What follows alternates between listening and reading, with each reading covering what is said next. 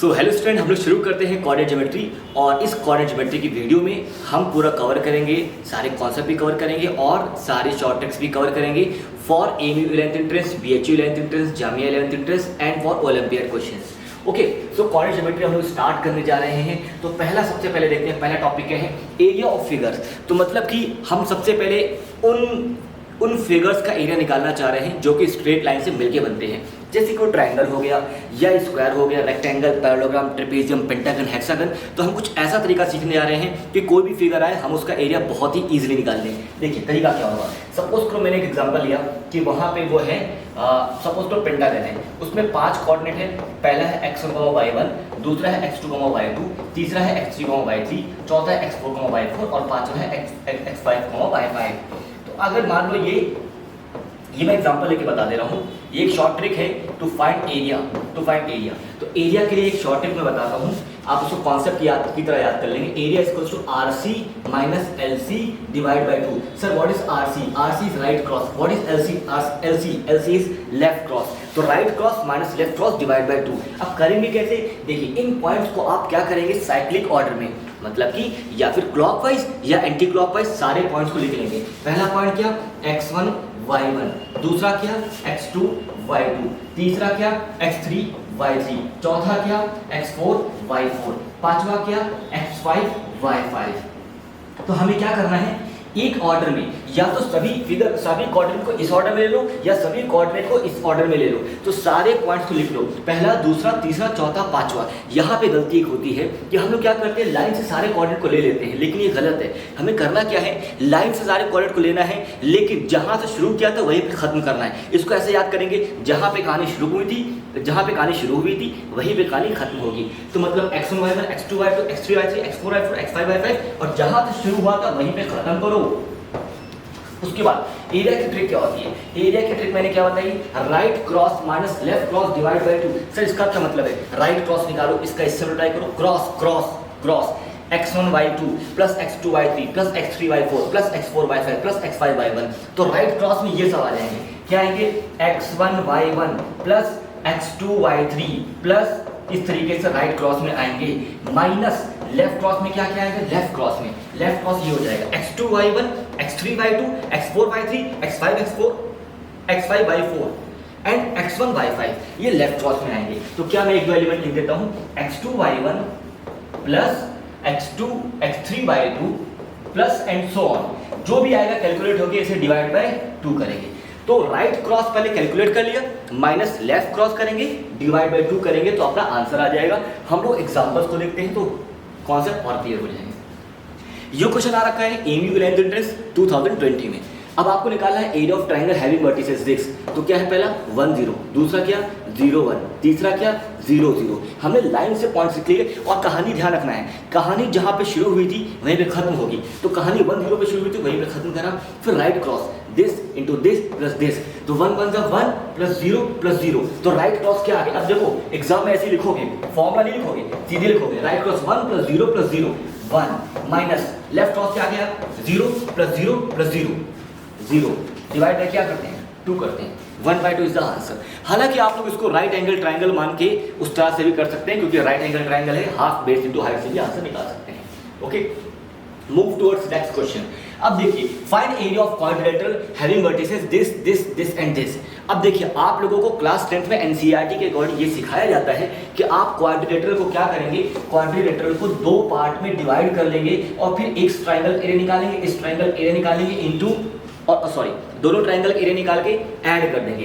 ये area of quadrilateral निकालने का तरीका था, लेकिन वो बहुत लेंदी तरीका होता है, बिकॉज एरिया ऑफ ट्रायंगल ही जो आता है वो बहुत लेंदी होता है। Half x1 into y2 minus y3 plus x2 into so on, बड़ा लंबा फॉर्मूला होता है। हम वो फॉर्मूला लगाएंगे, हम लगाएंगे ट्रिक क्या होती है, पहला दूसरा, फिर तीसरा, फिर चौथा, जहां से शुरू वहीं पे खत्म, right cross left cross divide by 2। Comment section में आप लोग मुझे आंसर बताएंगे। देखिए इस वीडियो में खास बात एक ये है कि आप लोगों का ये कॉन्सेप्ट भी क्लियर हो रहा है, शॉर्ट ट्रिक्स भी आ रही है, मैं आप लोगों को नए क्वेश्चन भी करा रहा हूँ और आप एक तरह से असाइनमेंट भी है, क्योंकि आपको कमेंट सेक्शन में इस स्लाइड्स के थ्रू बहुत ढेर सारे आंसर देने हैं। तो आप इसका आंसर लिखेंगे, क्वाड्रिलेटरल का एरिया इतना आएगा, ठीक है। Similarly find area of pentagon, area of pentagon निकालना है, having vertices this this this this this, pentagon हो, हेक्सागन हो, हेप्टागन हो, ऑक्टागन हो, कुछ भी हो, मुझे कोई दिक्कत नहीं है। हम लोग क्या करेंगे, पांचों पॉइंट लिखेंगे, पहला पॉइंट, दूसरा पॉइंट, तीसरा पॉइंट, चौथा पॉइंट एंड पांचवा पॉइंट। ध्यान रखना, कहानी जहां पे शुरू किया था वहीं पे खत्म करो, कहानी 1,2 शुरू हुई थी। Right cross this into this into this into this into this, 1 +6 +8 +3 +4, इसको ऐड कर लिया, minus this plus this plus this plus this plus this, ये माइनस कर दिया, डिवाइड बाय 2। इसका भी आंसर आप बताएंगे। तो आपके सामने 2 सवाल आ गए, पेंटागन का एरिया और क्वाड्रिलेटरल का एरिया आपको बताना है, जबकि मैंने ट्रायंगल का एरिया बता दिया है, कॉन्सेप्ट और शॉर्ट ट्रिक भी बता दी है। ओके, नाउ मूव करते हैं कोलिनियरिटी कॉन्सेप्ट की तरफ। So what is collinearity concept? Listen very carefully. 3 points are said to be collinear when all these 3 points lie in a same line. 3 point तो चाहे 2 points हो, अगर वो सेम लाइन में लाई करते हैं तो उन्हें कोलिनियर बोलते हैं। तो अगर मान लीजिए पॉइंट सेम लाइन में लाई कर रहे हैं, यहाँ पे और यहाँ पे, ये तीनों पॉइंट सेम लाइन में लाई कर रहा है, ये पॉइंट है ए, ये पॉइंट है बी और ये पॉइंट है सी। अगर ये तीनों पॉइंट सेम लाइन में लाई कर रहे हैं तो हम लोग क्या बोल सकते हैं कि ये एक ऐसा ट्राइंगल बना रहे हैं जिसका एरिया 0 है। समझ में आ रही मेरी बात? क्योंकि एक्चुअली ट्रायंगल बना ही नहीं रहे हैं, तो ट्रायंगल बना ही नहीं रहे हैं तो हम लोग ऐसे बोल सकते हैं कि ट्रायंगल बना रहे हैं लेकिन उसका एरिया 0 है। एरिया 0 होना या फिर ना बनाना बात एक ही होती है। तो आप क्या करेंगे कि जितने भी कोलिनियरिटी वाले क्वेश्चन होंगे उसमें क्या करेंगे, पहला तरीका क्या हो जाएगा, एरिया निकालेंगे बाय यूजिंग शॉर्ट ट्रिक और उसको 0 के बराबर कर देंगे। जैसे ही ऐसा करेंगे वैसे ही आप लोग को एक अननोन क्वांटिटी होगी, उस अननोन क्वांटिटी की आप लोगों को वैल्यू मिल जाएगी। ठीक है, अब बात आती है दूसरे तरीके की। देखिए दूसरा तरीका क्या है, दूसरा तरीका क्या है, स्लोप मेथड, स्लोप से करेंगे। ठीक है, अब स्लोप एक कॉन्सेप्ट है जो कि 11th में पढ़ाया जाता है और बहुत डिटेल में पढ़ाया जाता है। हम फिलहाल शॉर्ट में थोड़ा पढ़ के देख लेते हैं जितना अपनी रिक्वायरमेंट है। फिलहाल स्लोप कैसे निकालते हैं, x1y1, x2y2 और x3y3, ये 3 पॉइंट है। कोलिनियरिटी के क्वेश्चन एमयू 11th में 4 बार आ रखे हैं, 4 बार कोलिनियरिटी के क्वेश्चन, वो चारों क्वेश्चन आप करके देखिएगा। तो क्या करेंगे, अगर एक बात समझिए, स्लोप का कॉन्सेप्ट क्या होता है कि अगर 3 पॉइंट या 2 पॉइंट अगर सेम लाइन में लाई कर रहे हैं, जितने भी पॉइंट सेम लाइन में लाई कर रहे हैं उनका स्लोप क्या होगा, सेम होगा। स्लोप क्या होगा, सेम होगा। मतलब क्या हो जाएगा, स्लोप ऑफ ए बी जो आएगा, स्लोप ऑफ ए बी जो होगा वो बराबर होगा किसके, वो बराबर होगा स्लोप ऑफ बी सी के। अब सर ए बी का स्लोप कैसे निकलेगा, देखो स्लोप निकालने का आप तरीका समझ लीजिए। किसी भी y में से किसी भी y को घटाओ, y2 में से y1 घटा दो या फिर y1 में से y2 घटा दो, तो स्लोप ऑफ ए बी क्या हो जाएगा, y2 में से हमने क्या किया, y1 को सब्ट्रैक्ट किया अपॉन, जैसे आपने y2 में से y1 को सब्ट्रैक्ट किया, सिमिलरली x2 में से x1 को सब्ट्रैक्ट करिए। कुछ बच्चों ने y1 में से y2 को सब्ट्रैक्ट किया तो अपॉन x1 में से x2 सब्ट्रैक्ट करिए। ठीक है, तो बेसिकली क्या सीखने को मिला, y में से y को घटाओ अपॉन x में से x को घटाओ, ये आ गया AB का स्लोप। सिमिलरली BC का स्लोप क्या हो जाएगा, BC का स्लोप क्या हो जाएगा, देखिए अब यहाँ पे भी 2 पॉइंट है, क्या करें, किसी भी y में से किसी भी y को घटाओ, y3 में से y2 घटा लो या y2 में से y3 घटा लो। देखने में आपको लग रहा है ये मेथड लेंदी है, लेकिन मैं बताऊं आप इसको प्रेफर नहीं करेंगे, आप इसको प्रेफर करेंगे, ये मेथड ज्यादा छोटा है। अभी क्वेश्चन करके देखेंगे, y3 minus y2 upon x3 minus x2। तो बेसिकली क्या हो जाएगा कि अगर पॉइंट्स हैं सेम लाइन में लाई कर रहे हैं तो इस पॉइंट का, इन दोनों पॉइंट का जो स्लोप होगा, इन दोनों पॉइंट से जो स्लोप निकलेगा दोनों क्या होगा, इक्वल होगा। क्वेश्चन देखते हैं, 1,2, 4,5, 8,9 आर आया हुआ क्वेश्चन है। Collinear point, right vertices of right angle, isosceles या इक्विलैटरल। अब मेरी एक बात को समझिए आप लोग, अगर राइट एंगल ट्रायंगल के ये वर्टिसेस हैं, ठीक है, तो पहले मैंने कहा कि देखते हैं ट्रायंगल की क्या कहानी है, ट्रायंगल की क्या कहानी है, या राइट एंगल होंगे या आइसोसेलेस या equilateral according to the option. तो मैंने कहा अगर राइट एंगल ट्रायंगल के हैं वर्टिसेस ये, तो ये डिस्टेंस और ये डिस्टेंस, अगर आप इनके बीच के डिस्टेंस निकालेंगे, इनके बीच के डिस्टेंस निकालेंगे और इनके बीच के डिस्टेंस निकालेंगे तो आपस में ये पाइथागोरस थ्योरम को सेटिस्फाई कर रहे होंगे। अगर पाइथागोरस को सेटिस्फाई कर रहे हैं, किसी दो के स्क्वायर का सम तीसरे के स्क्वायर के बराबर है, तो बोलेंगे yes they are the vertices of right angle triangle. लेकिन अगर मान लो ऐसा नहीं है, अगर मान लीजिए आपने देखा कि राइट एंगल ट्रायंगल के वर्टिसेस नहीं है, पाइथागोरस सेटिस्फाई नहीं कर रहा है, तो आइसोसेलेस के लिए क्या कंडीशन होती है, आपने इन दोनों बीच में डिस्टेंस निकाली, इन दोनों बीच में डिस्टेंस निकाली, इन दोनों बीच में डिस्टेंस निकाली, देखा कोई दो डिस्टेंस बराबर आ गई है, distance by using distance formula root के अंदर x1 माइनस x2 का whole square plus y1 minus y2 का होल स्क्वायर। आपने देखा ये डिस्टेंस और ये डिस्टेंस, तीन डिस्टेंस में कोई दो डिस्टेंस बराबर आ गई है तो आइसोसेलेस ट्रायंगल हो जाएगा। और अगर आपने देखा कि तीन की तीनों डिस्टेंस, ये डिस्टेंस भी और ये डिस्टेंस भी और ये डिस्टेंस, तीनों डिस्टेंस बराबर है तो इक्विलेटरल हो जाएगा। लेकिन जब एक ऑप्शन दे रखा है collinear point, so believe me आपकी वर्किंग स्ट्रेटेजी क्या होगी, हम कहेंगे ट्रायंगल को बाद में देखें, ट्रायंगल को पहले क्यों देखें, इतनी हार्ड वर्किंग पहले क्यों करें, हम डिस्टेंस पहले क्यों निकालें। हम कहेंगे भाई चेक कर लो कहीं ये कोलिनियर तो नहीं, क्योंकि अगर ये कहीं कोलिनियर हुआ तो ये सब टाइम वेस्ट होने से मेरा बच जाएगा। तो देखते हैं क्या ये कोलिनियर पॉइंट है, देखते हैं। अगर कोलिनियर है तो इन दोनों के बीच का स्लोप क्या हो जाएगा, जो इन दोनों बीच का स्लोप आएगा और जो इन दोनों बीच का स्लोप आएगा बराबर हो जाएगा। स्लोप देखते हैं कैसे करते हैं, स्लोप कैसे निकालते हैं, 5 में से 5 घटाओ, 5 में से 2 को घटाया, 5 में से 2 को घटाया अपॉन x में से x को घटाओ, 4 में से 1 को घटाया, इसकी वैल्यू क्या आ गई 3/3 कितना आ गया 1 आ गया। इसी तरह यहाँ स्लोप निकाला, 9 में से 5 को घटाया, 9 में से 5 को घटाया अपॉन 8 में से 4 को घटाया तो क्या आ गया 4/4, ये भी क्या आ गया 1। तो इसका जो स्लोप आएगा इन दोनों के बीच में और इन दोनों के बीच में जो स्लोप आएगा वो क्या आएगा, बराबर आएगा। तो स्लोप अगर बराबर है तो क्या बोलेंगे, collinear point is the answer, क्योंकि अगर पॉइंट्स लाई करते हैं एक लाइन में तो उनका स्लोप बराबर होता है। देखते हैं इस क्वेश्चन को, इस क्वेश्चन में क्या करेंगे, कह रखा है कोलिनियर है, तुम ये मत बताओ कोलिनियर कैसे निकालेंगे, कोलिनियर है उसने कह रखा है, तुमसे पूछा क्या गया है फाइंड वैल्यू ऑफ के। इस तरीके के सवाल एमयू की एंट्रेंस के लिए तो ऐसा लगता है बने ही हुए हैं, इतनी ज्यादा बार पूछा गया है।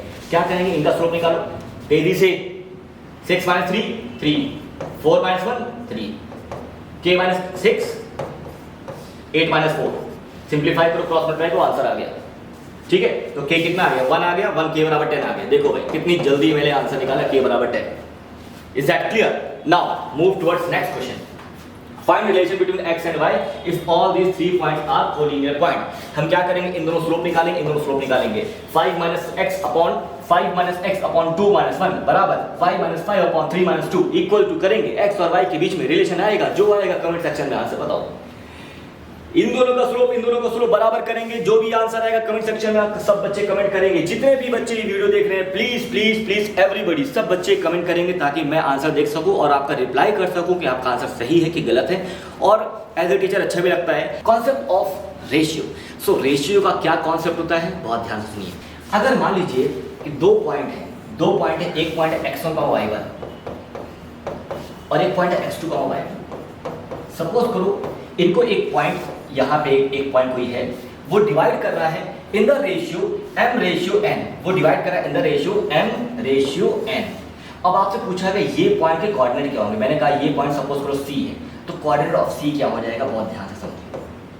c का कोऑर्डिनेट क्या हो जाएगा, मैंने कहा m/n में c पॉइंट इन दोनों पॉइंट को डिवाइड कर रहा है, तो कोऑर्डिनेट ऑफ c क्या हो जाएगा। हो सकता है c पॉइंट खुद भी एक लाइन में लाई कर रहा हो सकता है c पॉइंट खुद एक एक्सिस में लाई कर रहा हो सकता है c पॉइंट एक जस्ट एक पॉइंट हो।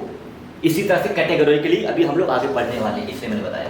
तो c पॉइंट कोऑर्डिनेट क्या हो जाएगा, section formula, c internally divide कर रहा है m into x2 plus n into x1 whole to the upon sum m plus n comma m into y2 plus n into y1 my2 plus ny1 whole to the upon m plus, ये आ गया, ये c पर coordinate आ गया, m into x2 plus n into x1 upon m plus n, m into y2 plus n into y1 upon m plus n, ये c point का coordinate आ जाएगा। इस पे बेस क्वेश्चन देखते हैं। देखिए सबसे पहले अगर मान लीजिए इन्हीं पॉइंट को x एक्सिस डिवाइड करती है, x एक्सिस या y एक्सिस डिवाइड करती है, तो क्या मामला होगा। मैंने कहा सपोज करो यहाँ पे कोई पॉइंट दे रखा है x1 y1 और ये पॉइंट है x2 y2, इनको डिवाइड करती है। अगर सपोज कोई डिवाइड करती है, x एक्सिस डिवाइड करती है या फिर y एक्सिस डिवाइड करती है, तो आंसर क्या आएगा। देखो बिल्कुल रट डालो, इसमें आपको सॉल्व करने की जरूरत ही नहीं है, अप्लाई करने की जरूरत ही नहीं। मेथड में ट्रिक बताता हूं, डायरेक्ट सुनो और आंसर निकालना। अगर x एक्सिस से पूछा जाए कि x एक्सिस का क्या रेशियो होगा, तो आप आंसर क्या बताएंगे, माइनस अपने मन से पहले ही लगा लेना और ऊपर लग बताना y1 अपॉन में बताना y, रट डालो minus y1 upon y2 is the answer अगर x एक्सिस ने डिवाइड किया। और सिमिलरली अगर y एक्सिस ने डिवाइड किया, 2018 में सवाल इसके ऊपर आया हुआ और भी बार आया हुआ होगा, मैंने ध्यान नहीं दिया है, माइनस x1 अपॉन x2। अगर y एक्सिस डिवाइड करेगी तो माइनस x1 अपॉन x2, और अगर x एक्सिस डिवाइड करेगी तो माइनस y1 अपॉन y2। ये अपना आंसर है। ओके, क्वेश्चन करते हैं। Find the ratio in which this point and this point divide by x axis. x axis, तो x एक्सिस के लिए क्या आंसर बताएंगे, कुछ लिखने की जरूरत नहीं है। माइनस y1, ये है y1, y1 मींस पहला वाला y, अपॉन y2, ये हो गया y2, तो कितना आ गया 1:2 आंसर आ गया। लो, हो गया। कभी कभी देख रहे हो यहाँ पे नेगेटिव साइन आ जाता है, कभी कभी यहाँ नेगेटिव आ जाता है, तो जब नेगेटिव आ जाए तो समझ लेना कि ये पॉइंट एक्सटर्नली डिवाइड हो रहे होंगे, इंटरनली नहीं, एक्सटर्नली डिवाइड हो रहे होंगे। और अगर पॉजिटिव आ रहा है तो इंटरनली डिवाइड हो रहे होंगे। ओके, क्वेश्चन देखते हैं। Find this and this point divided by x axis. X axis किस रेशियो में डिवाइड कर रहा है? पिछला क्वेश्चन भी शायद यही था। हाँ, तो सेम क्वेश्चन है, इसका आप लोग मुझे कमेंट सेक्शन में आंसर बताइए। एक्स एक्सिस में माइनस y1 अपॉन y2 करके आप लोग मुझे आंसर बताएंगे। हो सकता है कि आंसर क्या आ जाए, आंसर इसमें निगेटिव हो जाए। ठीक है, चलिए, आंसर नेगेटिव आ सकता है। Next topic, divided by a point. तो अगर पॉइंट डिवाइड करता है तो क्वेश्चंस कैसे बनते हैं? देखिए, कॉन्सेप्ट तो अपना वही है कि अगर m रेशियो n में डिवाइड कर रहा है कोई पॉइंट, तो क्या रेशियो आता है? c का कोऑर्डिनेट क्या आता था? m into x2 plus n into x1 upon m plus n। Similarly m into y2 plus n into y1 upon m plus n। Now look at the question, find the ratio in which this and this divided by this. तो देखो, देखते हैं क्या क्या है। 15 1370 divided by the point, divided by the point 6, 10। एक बात सुन लो, कभी भी रेशियो पूछा जाए, ये रेशियो कभी भी पूछा जाए तो एक वर्किंग याद कर लो कि हम हमेशा रेशियो क्या मानेंगे, k रेशियो 1 मानेंगे और उसके बाद k निकाल देंगे। तो k रेशियो 1 मानेंगे, तो k रेशियो 1 के हेल्प से ये c पॉइंट का कोऑर्डिनेट निकाल लेते हैं। तो c पॉइंट का कोऑर्डिनेट क्या हो जाएगा? k into 13k plus 1 into 1 upon k plus 1, ये आ गया x coordinate. Similarly y coordinate k into 17k plus 1 into 5 upon k plus 1, ये आ गया c पॉइंट का कोऑर्डिनेट। ये c पॉइंट कोऑर्डिनेट आ गया। अब c पॉइंट कोऑर्डिनेट आपको गिवन क्या है? 6, 10। आपका आया क्या? ये आपने रेशियो माना k रेशियो 1 और आंसर आपका आया ये और दे रखा ये, तो मतलब ये 6 के बराबर हो जाएगा और ये 10 के बराबर हो जाएगा। तो आप इसको 6 के बराबर करो, k निकाल लो, आंसर आ जाएगा, या तो इसको 10 के बराबर करो, k निकालो, आंसर आ जाएगा। किसी भी तरीके से हम लोग सॉल्व कर सकते हैं। तो सर बेसिकली तरीका क्या है? तरीका ये है कि हम लोग k रेशियो 1 मानेंगे और उस पॉइंट का कोऑर्डिनेट निकाल लेंगे और उस पॉइंट को 6, 10 के इक्वेट कर देंगे और अपना आंसर आ जाएगा। नेक्स्ट देखते हैं। Find the point of trisection of line joining this and this, 2, 4 और 8, 10 को किस रेशियो में डिवाइड कर रहा है? ट्राइसेक्शन इस होता है 3 पार्ट में बांटना। और कैसे 3 पार्ट में बांटना? इक्वल 3 पार्ट में बांटना। तो मैंने कहा एक पार्ट यहाँ पे बटा, एक पार्ट यहाँ पे बटा, 3 पार्ट आ गए, है ना। अगर मैंने कहा ये है A, ये है B, तो C और D बेसिकली हम लोगों को बताना है। C और D पॉइंट कोऑर्डिनेट हम लोगों को बेसिकली बताने हैं कि C और D कोऑर्डिनेट क्या आएंगे। तो मैंने कहा अगर C पॉइंट को निकालना है तो C पॉइंट क्या बोलेगा? कहेगा मेरे इधर भाई एक हिस्सा है और मेरे इधर साइड, मेरे राइट साइड 1 और 1 2 हिस्सा है। तो C क्या बोलेगा? मेरे इधर साइड 1 रेशियो है और मेरे इधर साइड 2 रेशियो है। तो आप लोग C के कोऑर्डिनेट कैसे बताएंगे? Coordinate of C will be equals to m into x2, तो 1 इंटू ये x, 1 इंटू 8 प्लस ये अपने इधर, मेरे इधर 2 हिस्सा है और 2 into 2 4 upon 1 plus 2 total 3, comma m into y2, 1 into y2 is 10, 1 into 10 is 10 plus this 2 into 4 is 8 upon 1 plus 2 3। तो आंसर क्या आ जाएगा? 8 plus 4 12, 12 by 3 is 4, 18 by 6 is 6। तो 4, 6 आपका ये पॉइंट C आ चुका है। और D पॉइंट आप लोग बताएंगे कमेंट सेक्शन में। आप लोग हमें D पॉइंट बताने वाले हैं कि D पॉइंट के कोऑर्डिनेट क्या आए हैं। मुझे सारे आंसर चाहिए, ये नहीं कि सर मैंने इसका आंसर बता दिया, एक आंसर आपने बता दिया तो आपका काम हट गया। नहीं, आपको हर एक क्वेश्चन के सारे आंसर की कमेंट बॉक्स में आंसर देना है। अब नेक्स्ट कॉन्सेप्ट आता है कि अगर सर पॉइंट नहीं डिवाइड कर रहा, लाइन नहीं, एक्सिस नहीं डिवाइड कर रही है, लाइन डिवाइड कर रही है, तो क्या हो जाएगा? देखिए, सपोज करिए ये एक लाइन है, this line is ax plus by plus c is equal to 0। Okay, divides x1, y1 and x2, y2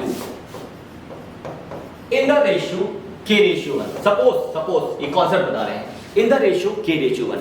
तो आप क्या करेंगे, सपोज करिए पॉइंट C है, तो आप C के कोऑर्डिनेट निकाल लेंगे ना सेक्शन फॉर्मूले से। कैसे? k into x2 plus 1 into x1, k x2 plus x1 whole upon k plus 1। Similarly y coordinate k into y2 plus 1 into y1, k y2 plus y1 upon k plus 1।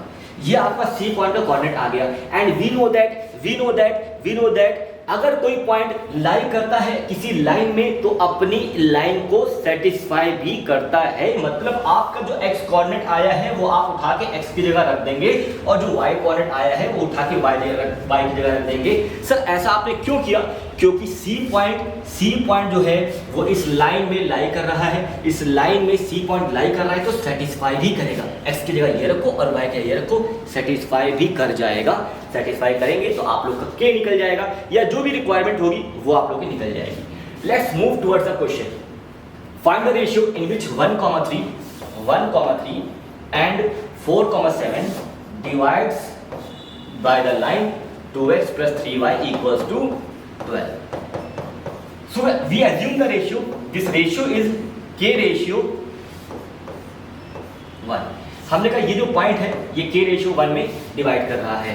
अगर ये point हमने माना A, ये point हमने माना B, अगर आपको ये पॉइंट निकालना है C, तो आप C पॉइंट कोऑर्डिनेट क्या बताएंगे? बहुत ध्यान से देखिए, k into 4k plus m into x2 plus n 1 into 1 upon total k plus 1। Similarly, y coordinate k, this k into y 7k plus this 1 into 3 plus 3 whole upon k plus 1। ये आ गया आप लोग का C point का coordinate. अब जो C point का coordinate आया है वो अपनी लाइन को सेटिस्फाई भी कर रहा होगा, तो x की जगह ये रखो, y की जगह उठा के ये रखो, और जब रखोगे तो सिर्फ k अननोन बचेगा और सॉल्व करके k बताओगे आंसर। फिर से कमेंट सेक्शन में आप लोग सोच रहे होंगे सर पढ़ाया कम है आपने, क्वेश्चन ज़्यादा दे दिए। तो वाकई में प्रैक्टिस हम आपकी करा रहे हैं मेनली कि थोड़ी कैलकुलेशन भी आपकी चेक हो जाएगी और कॉन्सेप्ट भी आपके क्लियर हो जाएंगे। तो आपका इसका भी आंसर कमेंट सेक्शन में आपको देना है। Move towards next question. अब की बार क्या रखा है कि find the value of k if the point 1,4 and 2,3 1,4 and 2,3 is divided by the line 4x minus 3y is equals to k in the ratio 2:3। हमने कहा ये पॉइंट के कोऑर्डिनेट निकाल लो।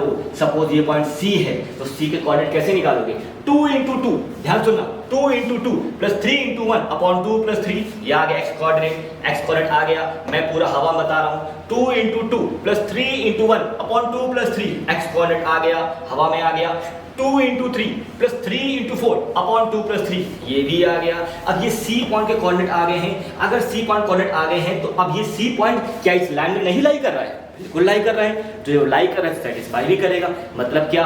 मतलब आप x की जगह उठा के ये वैल्यू रख दो और y की जगह उठा के ये वैल्यू रखो, और जब x और y की वैल्यू पुट करोगे तो सिंप्लीफाई करने के बाद आपकी k की वैल्यू आ जाएगी। Okay, let's move towards next concept and concept is distance formula. So हम लोग डिस्टेंस फॉर्मूला के क्वेश्चंस को कैसे करेंगे? अब देखिए, हमारे बीच में अगर दो पॉइंट हैं A और B, एक का कोऑर्डिनेट है x1, y1 और एक का कोऑर्डिनेट है x2, y2 और आपसे बोला गया AB के बीच की डिस्टेंस बताइए।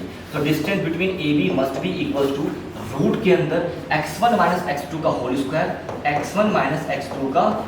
Square plus y1 minus y2 का होल स्क्वायर।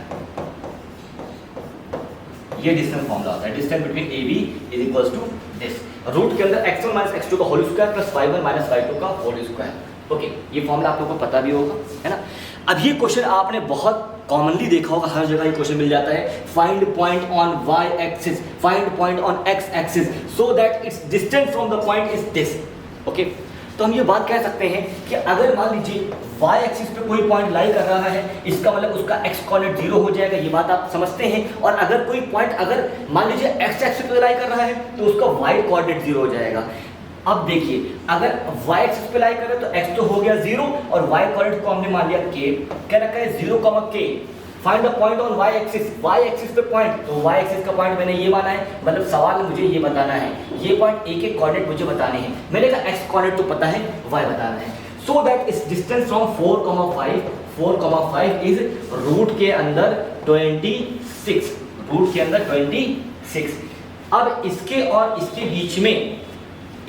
इसके बीच में हमें डिस्टेंस दे रखी है रूट 26, तो डिस्टेंस फॉर्मूला लगाएंगे। ए बी के डिस्टेंस फॉर्मूला क्या हो जाएगा, रूट के अंदर x1 माइनस x2 का होल स्क्वायर, 4 माइनस 0 का होल स्क्वायर, 4 माइनस 0 मीन्स 4 का square is 16 plus 5 minus k का होल स्क्वायर, 5 माइनस k का होल स्क्वायर, ये ए बी आ गया। और ए बी है कितना, देख कितना है ए बी, रूट 26। आप स्क्वायरिंग बोथ साइड्स करेंगे, स्क्वायरिंग बोथ साइड्स करने के बाद आप लोगों को के की वैल्यू निकल जाएगी। और इसका भी आंसर अगेन सेम, कहाँ पे, कमेंट सेक्शन में आप लोग मुझे बताएंगे। ओके, नेक्स्ट पॉइंट, स्पेलिंग गलत है। Find points equidistant to 1,4 and 2,5 and ratio of its abscissa to ordinate is 1:2। Abscissa और ऑर्डिनेट किसे बोलते हैं, जैसे देखिए कोई पॉइंट लिखा हुआ x, y, तो इसका x कोऑर्डिनेट बोलते हैं एब्सिसा, y कोऑर्डिनेट बोलते हैं ऑर्डिनेट। इसे बोलते हैं एब्सिसा, इसे बोलते हैं ऑर्डिनेट, इसे बोलते हैं ऑर्डिनेट, कोऑर्डिनेट नहीं, ऑर्डिनेट। कोऑर्डिनेट तो पूरा कहला जाता है। देखिए 1,4 and 2,5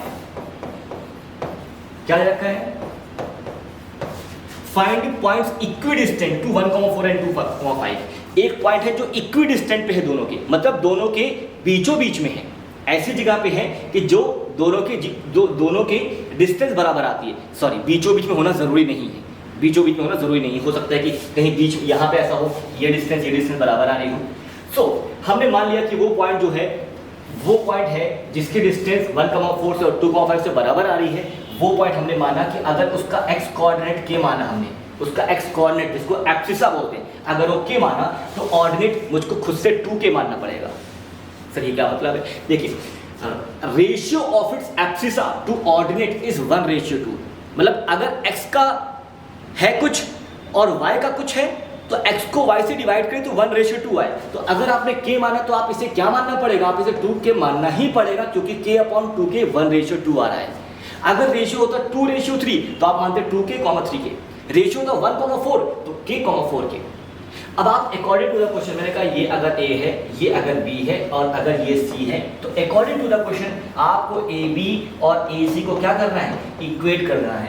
ab के बीच में डिस्टेंस फॉर्म लगाना है, रूट के अंदर k-1 का होल स्क्वायर प्लस 2k-4 का होल स्क्वायर बराबर ac रूट के अंदर k-2 का होल स्क्वायर प्लस 2k-5 का होल स्क्वायर। सिंप्लीफाई करेंगे। देखिए आपको नोट्स बनाने की भी जरूरत नहीं है, क्योंकि ये पीडीएफ भी डिस्क्रिप्शन लिंक पे पूरी पीडीएफ भी मिलने वाली है आपको।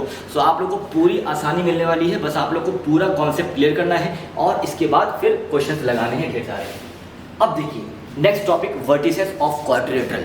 वर्टिसेस ऑफ क्वाड्रिलेटरल का क्या मतलब है, देखिए आप लोगों की किताबों में जनरली पैरेललोग्राम करके क्वेश्चन आ रखा है कि पैरेललोग्राम के 4 वर्टिसेस दे रखे हैं और आपसे क्या रखा है, कोई एक अननोन चीज पूछ रखी है। तो आप लोग क्या करते हैं, इनका मिड पॉइंट बाइसेक्ट करते हैं एक ही जगह पे, मतलब डायगोनल बाइसेक्ट करते हैं, आप इक्वेट करके वहां से निकाल दिया करते थे। लेकिन वो सिर्फ पैरेललोग्राम में वैलिड है। हम कुछ ऐसा बताने जा रहे हैं कि जो square, parallelogram, trapezium, rectangle, rhombus सब जगह वैलिड हो जाएगा। क्या, फिर से स्लोप। स्लोप क्या होता है, देखिए अगर किसी लाइन में 3 पॉइंट लाई करते हैं या 4 पॉइंट लाई करते हैं तो उनका आपस में जो स्लोप आता है वो क्या आता है, बराबर आता है। और स्लोप का निकालने का तरीका क्या होता है, y में से y को घटाओ अपॉन x में से x को घटाओ। ये मैंने ऑलरेडी आपको डिस्कस कर रखा है। एक बात हम और आपको बताते हैं कि अगर 2 लाइन पैरेलल है तो भी स्लोप क्या आता है, बराबर आता है। मतलब अगर ये पॉइंट A है, ये पॉइंट B है और ये पॉइंट C है, ये पॉइंट D है, तो स्लोप ऑफ AB जो आएगा, स्लोप ऑफ AB जो आएगा और जो स्लोप ऑफ CD होगा वो बराबर होगा। तो AB का स्लोप निकाल लेंगे, CD का स्लोप निकाल लेंगे, बराबर कर देंगे। ट्रेपेजियम में भी वैलिड है, क्योंकि ट्रेपेजियम में भी एटलीस्ट अपोजिट साइड क्या होती है, पैरेलल होती है। हालांकि ट्रेपेजियम भी पूछेगा नहीं। पैरेललोग्राम में भी अपोजिट साइड पैरेलल होती है, स्क्वायर में भी पैरेलल होती हैं और रेक्टेंगल में पैरेलल होती हैं, रोमस में पैरेलल होती है, तो हमेशा ही वैलिड होगा। इसके क्वेश्चंस कैसे करेंगे देखते हैं। तो find value of x, y if vertices of parallelogram is this.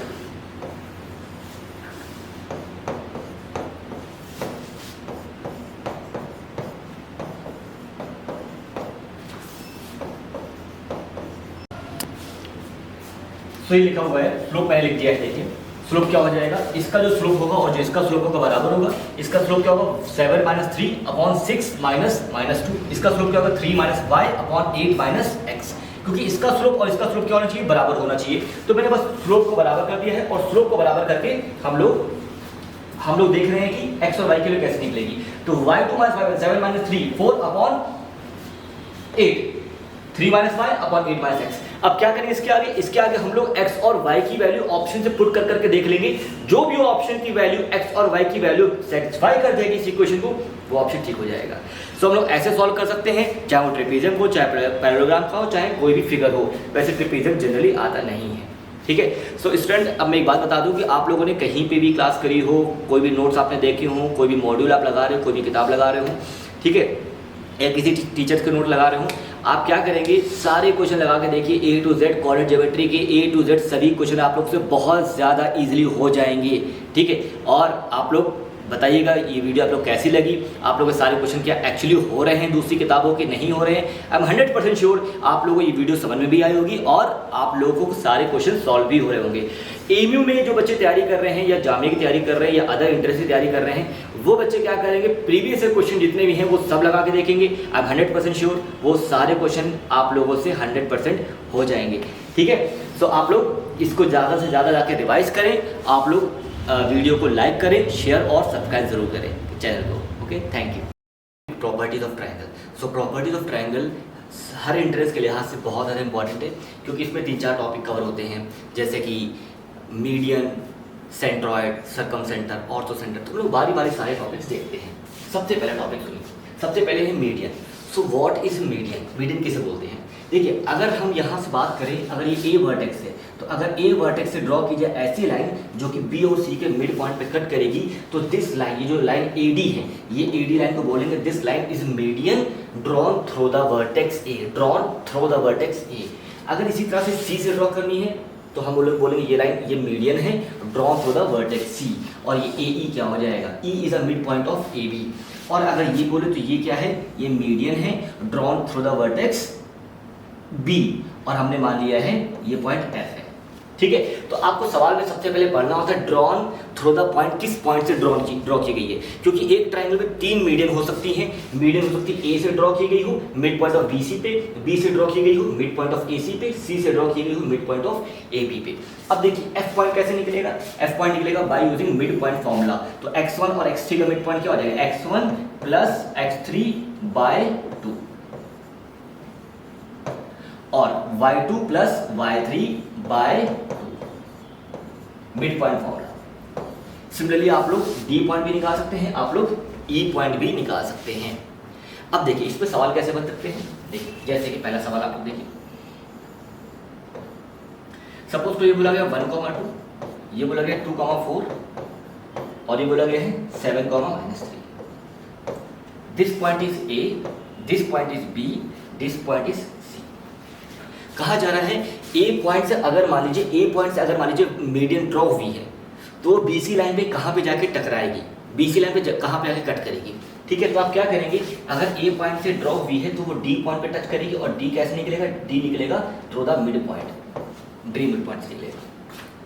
आ रही बात समझ में। तो इस तरीके से मीडियन क्वेश्चन दे रखे होंगे। हो सकता है कि आपसे कह दिया जाए सी पॉइंट दे रखा है, सी पॉइंट से एक लाइन ड्रॉ हुई है, वो पूछ लिया जाएगा कि कहाँ पे जाके टच करेगी, ठीक है। तो इस तरीके से, या फिर हो सकता है कि आपसे बोल देगा, मान लो थोड़े आगे की बात करते हैं अगर, तो आपसे बोलेगा जो ए से जो ड्रॉ हुई है लाइन, ए से जो ड्रॉ हुई है मीडियन, उस मीडियन का स्लोप बता दो। तो आप डी पॉइंट निकाल देंगे ना, क्या आ जाएगा, इसका मिड पॉइंट से स्लोप निकल जाएगा डी पॉइंट, और उसके बाद इस लाइन का स्लोप कैसे निकालेंगे, ए डी लाइन का स्लोप कैसे निकालेंगे, एक वाई में से एक वाई को सब्ट्रैक्ट करो अपॉन करस्पॉन्डिंग एक्स में से करस्पॉन्डिंग एक्स को सब्ट्रैक्ट कर दो, तो आप लोग का मीडियन निकल जाएगा।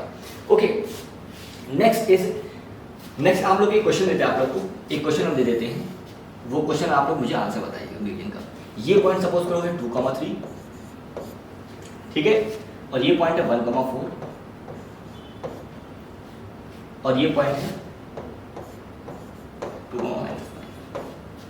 This is A, this is B, this is C. आपको क्या करना है, आपको ए बी सी तीनों के ही जो मिड पॉइंट है तीनों के जो मिड पॉइंट है बेसिकली बताना है, सी से जो मीडियन ड्रॉ हुआ है, बी से जो मीडियन ड्रॉ हुआ है, ए से जो मीडियन ड्रॉ हुआ है, वो कहाँ कहाँ कट करेंगे। तो मेनली आपको क्या बताना है, आपको मेनली बताना है मिड पॉइंट्स। मिड पॉइंट बता देंगे, मिड पॉइंट्स ही क्या हो जाएंगे, मीडियन के इंटरसेक्शन पॉइंट हो जाएंगे। ओके, नेक्स्ट देखते हैं सेंट्रॉइड। और सेंट्रॉइड देखिए, अगर कोई ट्राइंगल दे रखा है ABC, तो उसका सेंट्रॉइड क्या कहलाएगा, centroid is a point. Centroid वो पॉइंट है जहां पे मीडियंस आपस में इंटरसेक्ट करती है, जहां पे मीडियंस इंटरसेक्ट करती हैं उसे बोलते हैं सेंट्रॉइड। अगर सेंट्रॉइड के कोऑर्डिनेट की बात की जाए तो सेंट्रॉइड का कोऑर्डिनेट क्या हो जाएगा, x1 x2 x3 है ना, तो क्या बोलेंगे x1 + x2 + x3/3, similarly y1 + y2 + y3/3, this is x coordinate. And similarly y coordinate क्या हो जाएगा, y1 + y2 + y3/3, ये हो जाएगा सेंट्रॉइड के coordinate, x1 + x2 + x3/3, y1 + y2 + y3/3, या फिर ये भी बोल सकते हैं centroid is basically intersection of median, इस तरीके से भी। अब इस पे देखिए सवाल कैसे कैसे आ जाते हैं। देखिए, एक तो बहुत इजी क्वेश्चन होगा, एक तो बहुत इजी क्वेश्चन ये पॉसिबल है, तीन तरह क्वेश्चन पॉसिबल है। ये पॉइंट दे देगा, ये पॉइंट दे देगा और ये पॉइंट दे देगा, आपसे कहेगा सेंट्रॉइड निकाल दो। पहला सवाल सेंट्रॉइड निकाल दो।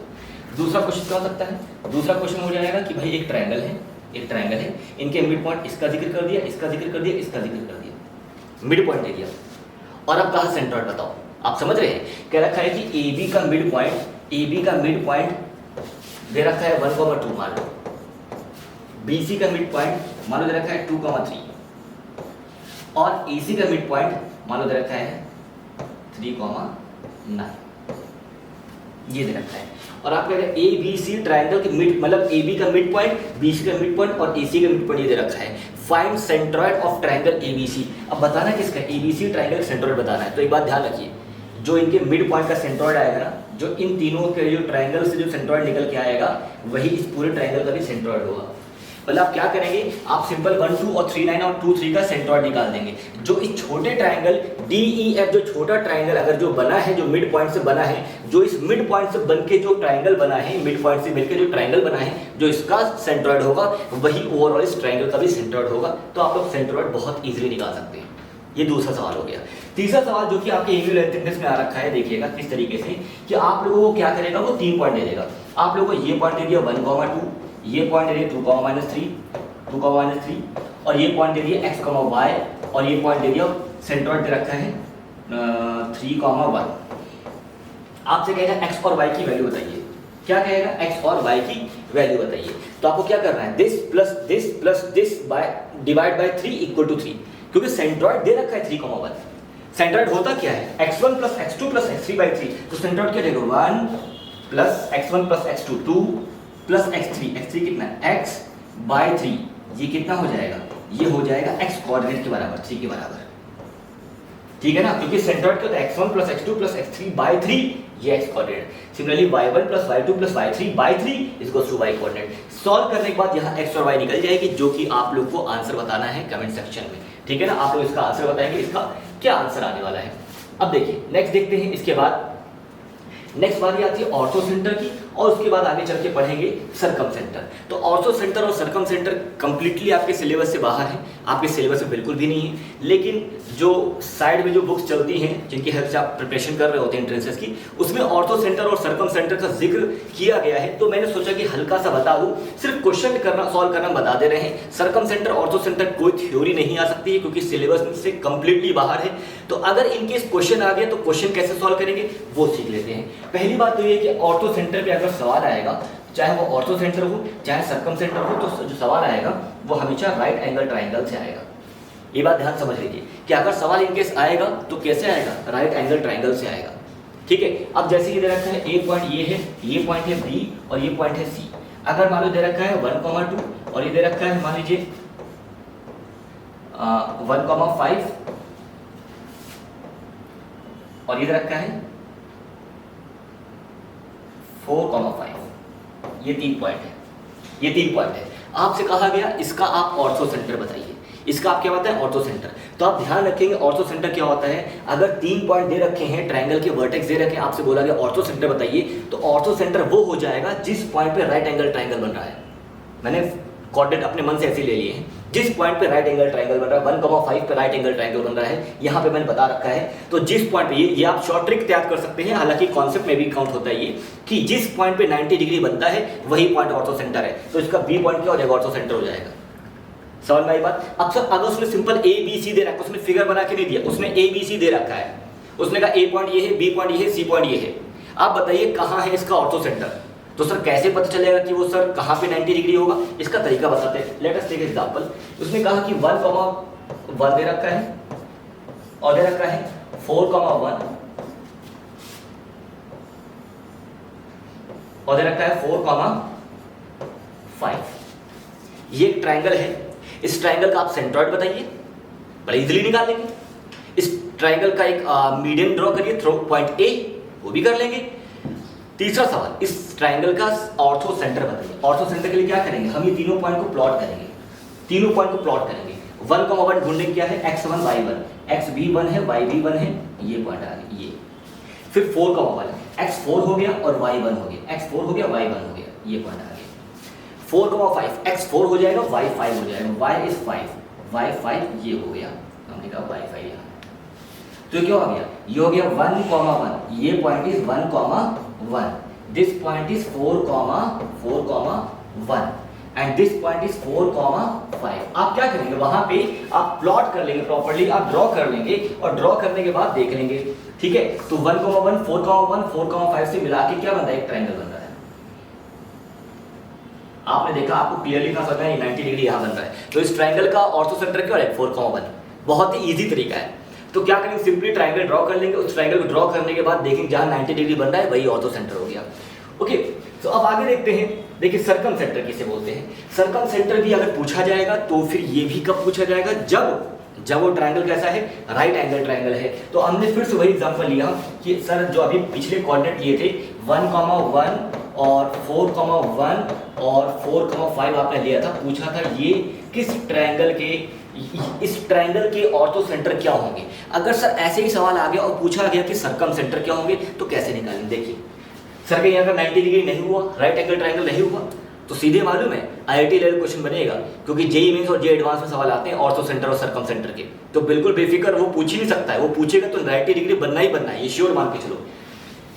1,1 यहाँ पे ड्रॉ हुआ था, ये हो गया था 4,1 और यहाँ पे आया था 4,5। आपका ट्रायंगल देखिए ऐसा बना था, 1 सेकेंड, आपका ट्रायंगल ऐसा बना था, यहाँ पे 90 डिग्री था और यहाँ पे 90 डिग्री था, वो पॉइंट क्या था, वो ऑर्थो सेंटर था। अब बात क्या हो रही है, सर्कम सेंटर की बात हो रही है। देखिए एक पॉइंट क्या है 1,1 है, एक पॉइंट क्या है 4,1 है और तीसरा पॉइंट क्या है 4,5 है। तो देखिए अब आपको निकालना क्या, आपको निकालना है we have to find circum centre.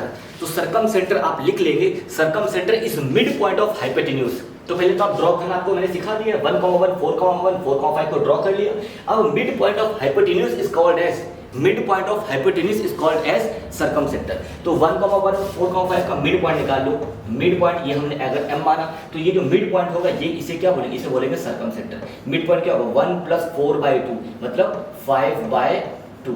Similarly 1 + 5/2 मतलब 6/2। ये क्या बन गया 5/2, 5/2, 3। ये आपका क्या आ गया, ये आपका आ गया ortho centre, sorry circum centre. ठीक है, तो अब आप लोगों को सर्कम सेंटर निकालना आ गया। सर्कम सेंटर सिंपल सी बात, एक बार फिर से देखो, ये है ये है ऑर्थो सेंटर और ये क्या है सर्कम सेंटर है। देखिए एक सवाल जो मेरे जहन में जो अच्छा सवाल है, जो कि आगे चल के किताबों में मिलता है 11th 12th की, कि find distance between ortho centre और सर्कम सेंटर।